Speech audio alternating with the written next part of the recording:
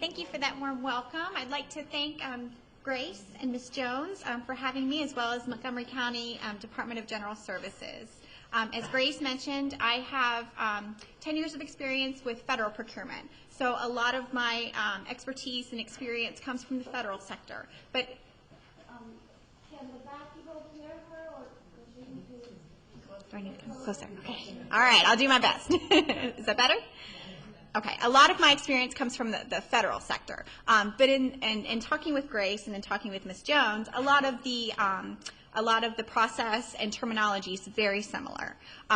So while the size and scope of the requirements on the federal side may be different than local government, most of the information shared, with Ms. Jones' briefing this morning is applicable to federal contracting as well. And, being here in Montgomery County, not only do you have the benefit of business opportunities with the local government, but because of proximity to D.C. and a lot of the headquarters organizations down there, you have a lot of opportunities in this area for federal contract opportunities as well.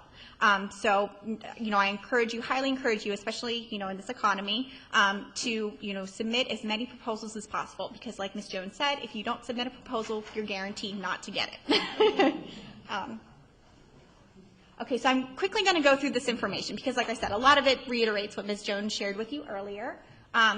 It's very important to know what you're bidding on. To do that, you need to review the solicitation cover to cover in its entirety 5 times, 10 times, just to make sure that you understand what the customer is looking for, whether that's local government or federal government, any municipality.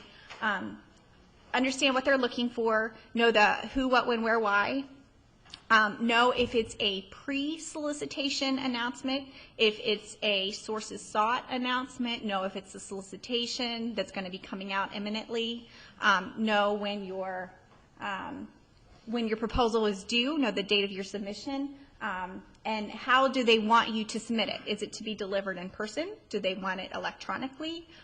Is a CD-ROM okay? Do they want it faxed over? All of that information will be in your proposal preparation instructions, and that's the area that you really need to hone in on in the solicitation. Pricing. How do they want you to price out the specific requirement? Do they have an attachment that has a price sheet that they want you to utilize? Do they want you to develop your own pricing sheet?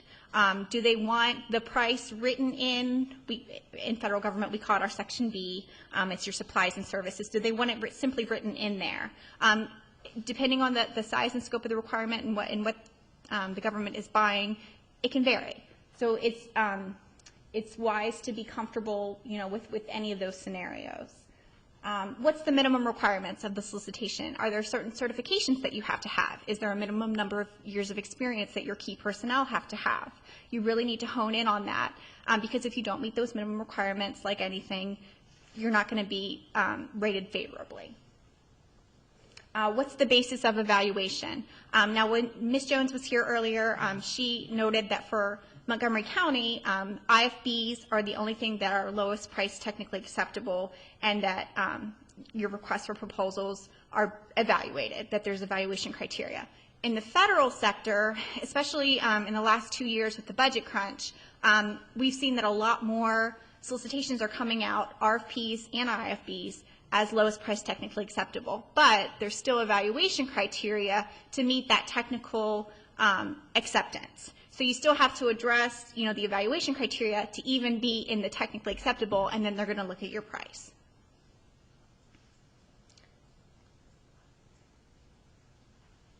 Services. Primarily for services, they're going to ask you to identify your key personnel. As soon as you know that you're going to be dealing with a services solicitation, my recommendation to my clients is to know who you're going to propose. Get their resume in shape, talk to them, make sure that the logistics work out, that they're available to perform those services when they're required, that they meet those minimum certifications, they have the proper licensing, whatever may be required. Identify them. That's the first thing you do. Identify your key personnel. For supplies, typically there's going to be a manufacturer part number. Now the federal government's trying to get away from the brand name specific, and they're doing brand name or equal for supplies. So if you have a supply what I would do is compare it to the brand name or equal that they're asking for, and just make sure that it has, you know, all the same specifications, technical specifications, as the brand name that they're looking for. Is the solicitation exclusively set aside for a small business program? Grace said that here in Montgomery County they have a small business program, and then they have a separate minority, female, and disabled persons program. With the federal government, they have a myriad of small business programs too. There's Service Disabled Veteran-Owned Small Business Set Aside, there's HubZone, there's 8A, there's all different types of set aside. So just be familiar with what your business is qualified to bid on, and look for those small business set-asides. The proposal itself, what is the customer asking you to include in your proposal? Is there a maximum page allowance? Do not exceed the maximum page allowance, because those pages don't get read. If they say your management proposal is 20 pages, they get to page 20. If the meat of your proposals in page 21 and 22, it's not being read, don't waste your time. Find a way to condense your proposal to get it within that maximum page allowance. I referred to this earlier, proposal preparation instructions. It's going to tell you what they want you to include in your proposal, what they're going to be looking for, what the rules are, maximum number of pages, how to submit your pricing. All of that information is going to be there. So that's a key area to look at when you're reviewing the solicitation. Evaluation.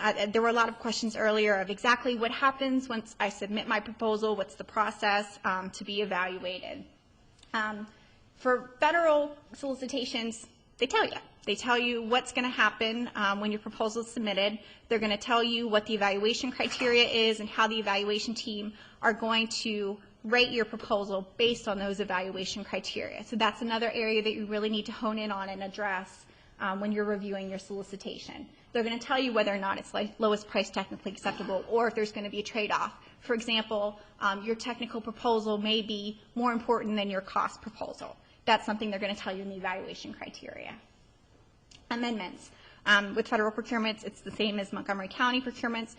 There may be amendments where they need to tweak either requirements of the solicitation, the due date, sometimes the point of contact with attrition, point of contact will change. So there may be amendments. You'll have to acknowledge by signing that amendment page and submitting that as part of your proposal. Again, as Ms. Jones noted, you know, it's very important that when the solicitation is still on the street, that is, the proposal due date has not yet occurred, to ask your questions, and ask your questions in writing. I can speak as far as the federal government. What happens is, we'll release the solicitation, and then we'll say questions are due 2 weeks out. Typically, there's 30 days allowed to submit your proposal, so we'll say questions are due 2 weeks out. We'll get all of the questions together, have our team sit down and answer all of them, and then everyone gets a copy of all questions and answers. So while you may not have asked a specific question, thought to ask a specific question, one of your potential competitors has. So you get the benefit of seeing the answer to that questions as well. So that keeps it on a level playing field. Okay, so you've read your solicitation 5 times, you know it by heart, you have it memorized. Now it's time to sit down and brainstorm your execution plan. How am I going to put my proposal together to represent my company in the best light and show that I can really perform this work the best as the overall best value to the government? At this time is a good time to think about joint ventures, potentially getting subcontractors, getting a teaming arrangement together. Like you said in the back earlier, what if I can do one part but there's 3 parts required? Think about who you may want to team with that will really bring a lot to your team and bring your proposal to the best light to fill in those other 2 parts that your company isn't able to perform.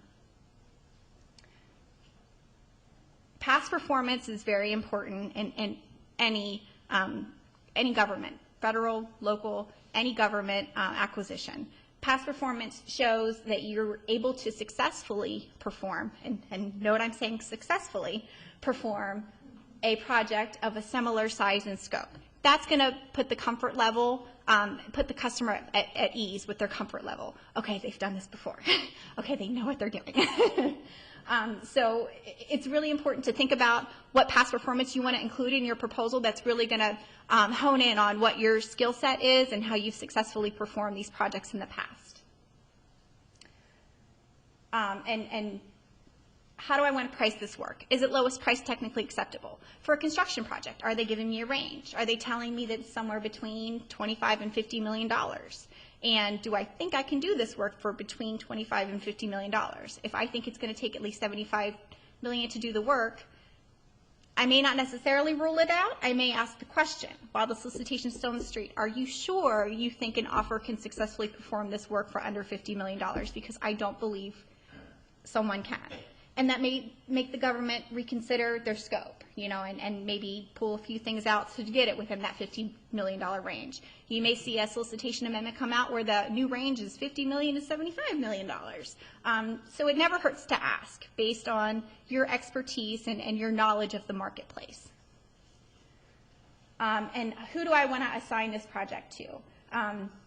My recommendation is, you know, in-house. If you have someone that can take the lead on putting your proposal together, while they may not be able to answer every evaluation criteria, they may not be a subject matter expert in every area, you need someone to take the lead. You need someone to pull it all together to make sure that there's one author throughout your proposal. I don't know how many times I've reviewed a proposal and it's clear that, you know, there's 5 different authors, you know, and they use different tenses and they use different terminology and different acronyms, and you know, it's like reading a book with 5 different authors and no one there to edit it. Okay, the next step after brainstorming of how I'm going to do this is to put it on paper. And this doesn't have to be, you know, your final. This doesn't have to be your template. It can just be a draft of you're just getting your ideas down on paper, and you can always copy and paste into your final later. Make sure that you're answering the who, what, when, where, why on behalf of your company. And here I go into a little bit of detail, but we're running out of time, so a little bit of detail as to what to include in those areas. And these slides, just real quick, these slides will be available on the website as well. And I'm going to ask Grace if you can include my speaker notes so that you have a lot of more information there. So here's what I'm really here to tell you about, my tips. Okay, develop a standard proposal template for your company. This is going to save you so much time and headache when you're really at that crunch time, when you're, you know, 2 days away from the proposal being due and you have all the information that you need, but you need to really get it on paper. If you have a template, it may not work for everything and you may have to tweak it now and then, but you're going to have a good start. It's like having, you know, a proposal for an exact scope and size before and just taking that and copy and pasting the applicable information in. It's going to help you out a lot. This is key, very key. Address each of the evaluation criteria. Make sure nothing is missing, because if it is, your evaluation team, like Ms. Jones said, they're reviewing 20 or 30 of these. If it's clear that one of your competitors has addressed all the evaluation criteria and that leaves a gaping hole in your proposal, and they have to downgrade your proposal because you didn't answer a specific evaluation criteria. You could also be deemed non-responsive. So just follow the format. Don't make the evaluation team go looking for the information they're looking for. Make sure that it follows the format of the solicitation and that you're addressing the criteria just as they're asking for it. Think about your weakness and compensate for that. For example, you know, you've all heard, you know, do they need a Chevy or a Cadillac? You know, if you're the Cadillac and so you're a little bit pricier, think about what the advantages are of buying a Cadillac over a lesser dollar value vehicle. I drive a Toyota, so it's not against Chevy or Cadillac. You know. But just think about that. Think about that in terms of your company. Am I more expensive? But what are they getting for that extra expense? Am I newer to the industry? Do I not have as much experience, but I am lower cost? How do I prove that even though I'm new to the industry, I haven't done a lot of work like this before, I don't have that really strong past performance that's going to increase their comfort level? How do I get them there? How do I get them comfortable with hiring me to perform this work? And how do I really, show my price as a strength? In this economy, everybody's, got a tight budget, including the government, whether it's local or federal. So I would, that's how I would hone in on that from those two different perspectives. Keep it simple. That applies in life to everything, including proposal writing. Keep it simple, but detailed.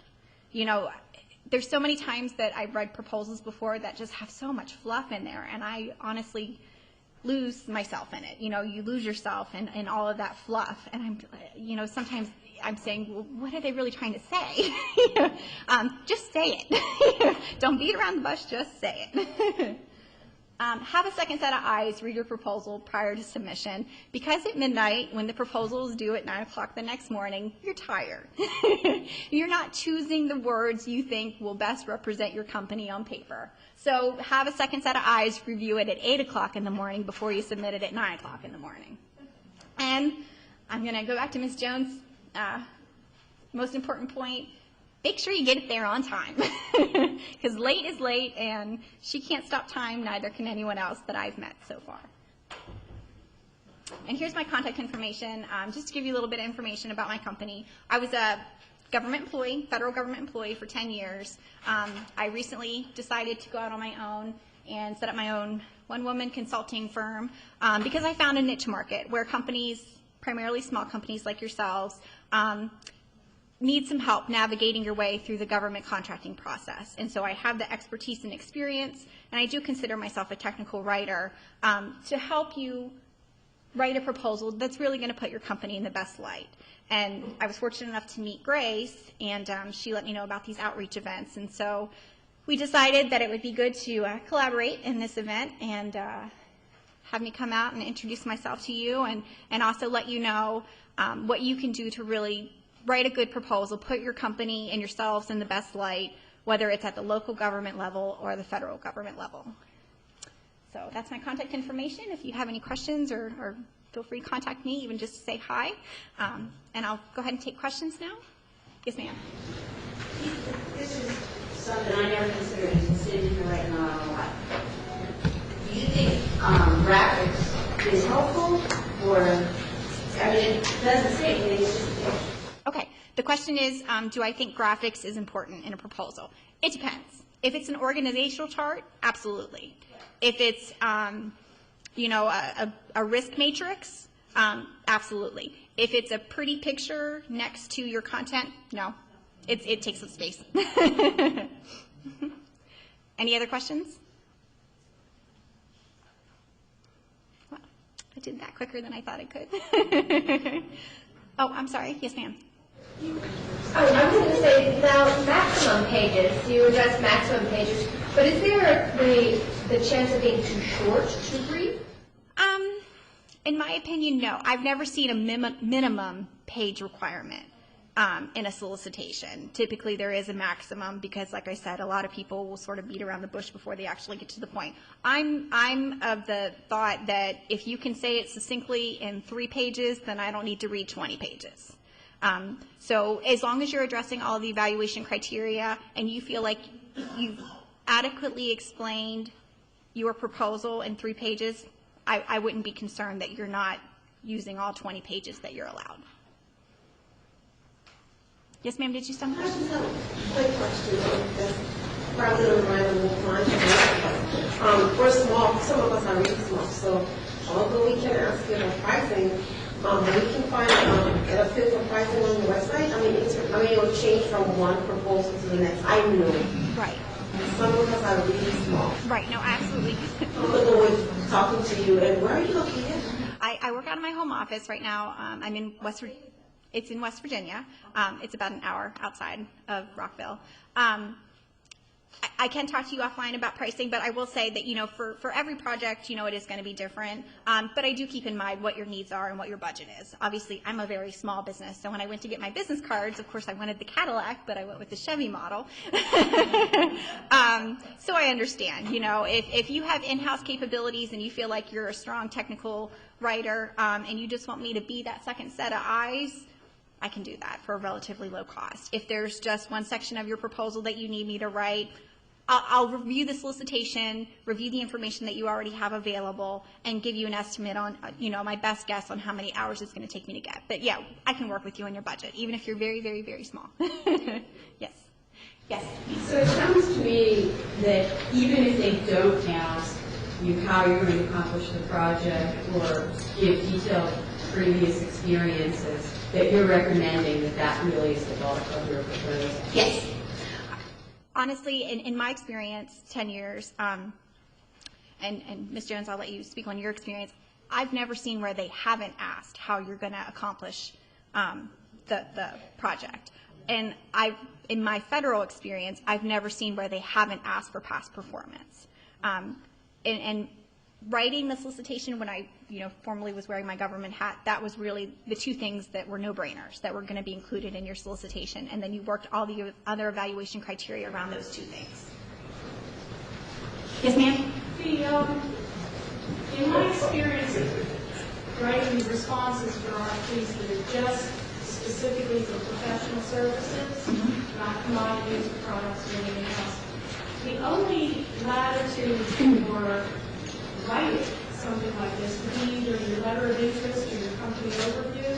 There's a very specific about, okay, that section 4 should be, your resume. Well, then you have a nice resume sometimes. But section 5, examples of work, section 6 is the, and there isn't a lot of space in which to elaborate, I guess, in some of these that I've seen. Is that an experience you've seen in the past as well, and that's where we should be a little more expansive and creative? It really depends on the type of project, the size, and the scope. Obviously, if it's, $200,000 versus $20 million, you're going to have a higher maximum page number to say how you're going to perform the work because there's going to be more involved in it. It really depends on the size and scope. What my recommendation would be is when that solicitation comes out and you've seen all the evaluation criteria and you're looking at the maximum page number, if you don't feel like you nor any of your competitors can successfully answer those evaluation criteria in 20 pages, ask the question while the solicitation is still on the street.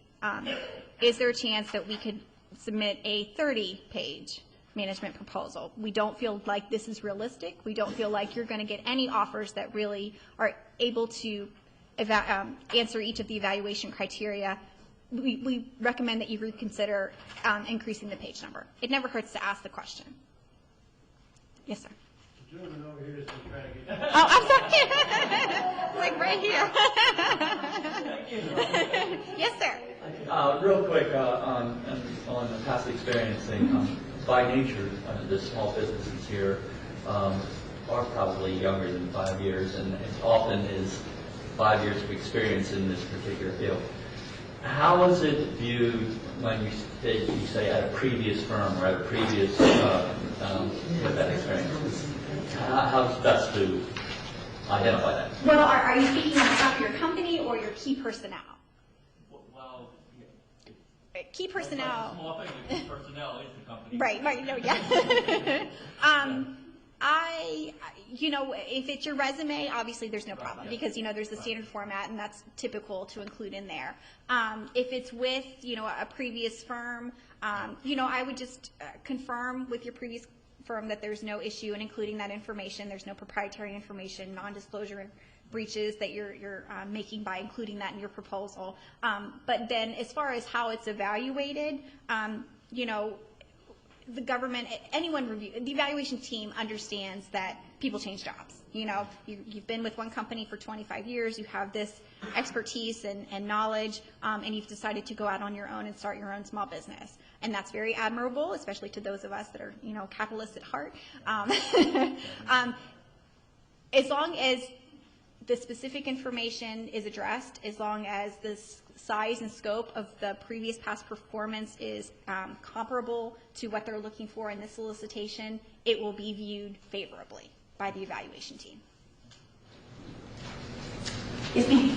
I have a question specific to email submissions.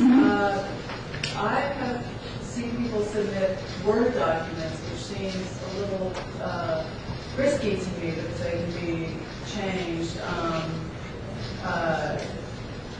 I'm guessing your guidance is to submit a PDF? No. It's actually to submit the executable document, especially in the area of pricing. If they give you a Microsoft Excel spreadsheet to fill out for your pricing, you need to return that in the Microsoft Excel format. If you want to create a PDF off that and submit it as well, you can. But what the government, the federal government, I'm speaking on behalf, and I'll let Ms. Jones address Montgomery County, we're looking for executable documents. And let me sort of walk you through how the evaluation process takes place with the government.